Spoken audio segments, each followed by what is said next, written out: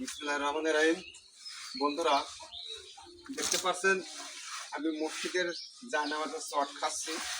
আসলে ভালো কাজে কিন্তু মানুষ আসতে চায় না।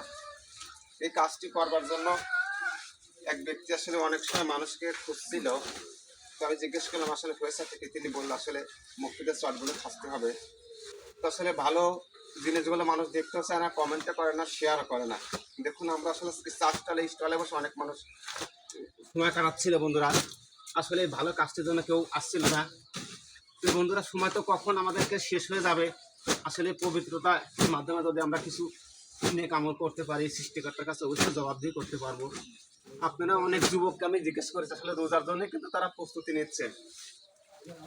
আসলে রোজার কাজটি প্রথম কাজই হলো আমাদের সালাত কায়েম করা। এই সালাত কায়েম করতে গেলে কিন্তু পবিত্রতা ইমানের অঙ্গ। পবিত্রতা ইমানের অঙ্গ। এই ইমানের পবিত্রতা যদি কাল আমাদের পাশে না থাকে, তাহলে আমরা কিভাবে রোজা রাখবো আর সালাত কায়েম করে কি করবো? আমাদের এই দেশের পবিত্রতা না হয়, আমাদের বিভাগ পবিত্র নাম। আপনি নামাজ পড়ে কি করবেন? বন্ধুরা, আসলে আমি যেখানে উপস্থিত আছি দেখছেন, উনি আমাদের মসজিদের সাবেক ইমাম। ইনি একসময় ইমাম সাহেব ছিলেন। আসলে তার বাসায় আমি কাজটা করছি। আসলে আমি দুঃখিত, আমি কয়েক বছর ধরে মনে মনে খুঁজছি কাজটা করবার জন্য। সৃষ্টিকর্তা আজ আমার ভাগ্যে কীভাবে যে আসলে এনে দিল, আসলে আমি বুঝতে পারলাম না। তো সৃষ্টিকর্তা মনে হয় আমার সেই মেন আশাটা সৃষ্টিকর্তা আমাকে হাসিল করেছেন, আমাকে কবুল করেছেন। বন্ধুরা, ভিডিওটা আপনারা শেষ পর্যন্ত খুব খেয়াল করে দেখবেন। আসলে আমার সৌভাগ্য, ইনি একজন ইমাম সাহেব ছিলেন বা কারি সাহেব। তার সঙ্গে আমি কাজটা করতে পেরে আসলে আমি নিজেকে ধন্য মনে করছি।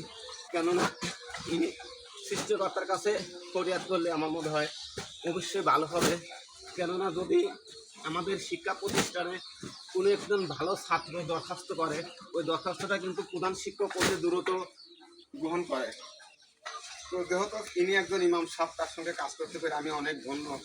শহরতলি ভাইদেরকে আমি বিশেষ করে সুবিধা অনুরোধ করে বলছি, আপনাদের শহরে কিন্তু পানির সংকটটা অনেকটাই বেশি। আসলে এ ধরনের কাজ সুযোগ পাওয়ার অনেক দূর হয়ে পড়ে। তো আপনারা যদি মন চায় অবশ্যই আপনারা করার সুযোগ পাবেন।